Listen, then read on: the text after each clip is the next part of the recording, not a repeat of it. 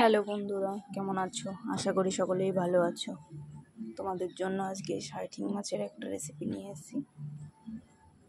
কড়াটা আগেই বসিয়ে দিয়েছিলাম। কড়াটা গরম হয়ে গেছে, দিয়ে দেবো তেল।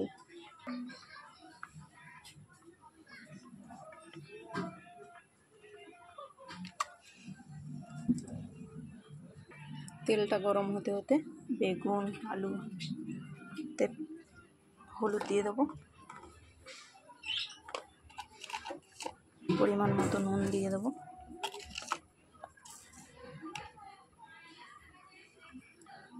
তেলটা গরম হয়ে গেছে, মাছটাকে ভেজে নেব। সব মাছগুলো একে দিয়ে দেবো। সব মাছগুলো দেওয়া হয়ে গেছে, এবার একটু করে ভেজে নেবো। মাছটা ভাজা হয়ে গেছে, এবার একে উল্টে নেব। মাছগুলোকে খুব সাবধানে উল্টা পাল্টে নিয়েছি। মাছ ভাজার তেলে আমি মেখে রাখা আলুটাকে ভেজে নেব। এপাশ ওপাশ করে আলুগুলোকে ভেজে নেব।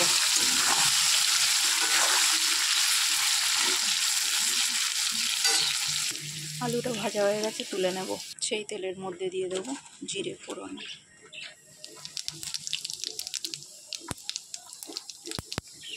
জিরেটা একটু লাল লাল হয়ে আসলে দিয়ে দেবো পেঁয়াজ। লাল লাল হয়ে গেছে, দিয়ে দেবো অল্প পেঁয়াজ। সাথে দিয়ে দেবো টমেটো, দিয়ে দেবো কাঁচা লঙ্কা। সব কিছু ভাজা ভাজা হয়ে এসছে। এবার দিয়ে দেবো আদা, জিরে, হলুদ গুঁড়ো বাটা আছে।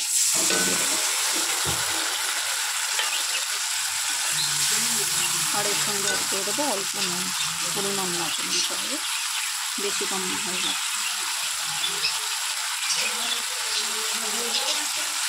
মশলাটা কষানো হয়ে গেছে, দেখো ওপর থেকে তেল ছেড়ে দিয়েছে।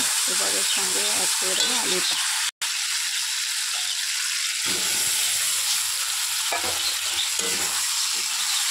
আলুটাকে একটু বেশি করে ভেজে নিয়ে ভালো করে কষাবো। কষিয়ে নিয়ে এর সঙ্গে বেগুনটাকে অ্যাড করে দেবো। আলুটা কিন্তু 70% মতো সেদ্ধ হয়ে গেছে। এবার অ্যাড করে নেবো বেগুনটা।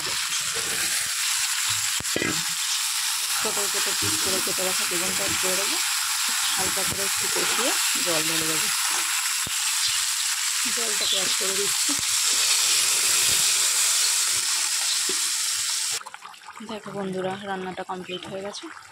এবার অ্যাড করে দেবো ধনেপাতা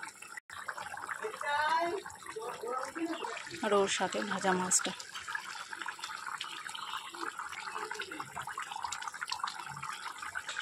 দেখো বন্ধুরা, রান্নাটা আমার কমপ্লিট হয়ে গেছে। কেমন হয়েছে লাইক কমেন্ট করে জানাবে।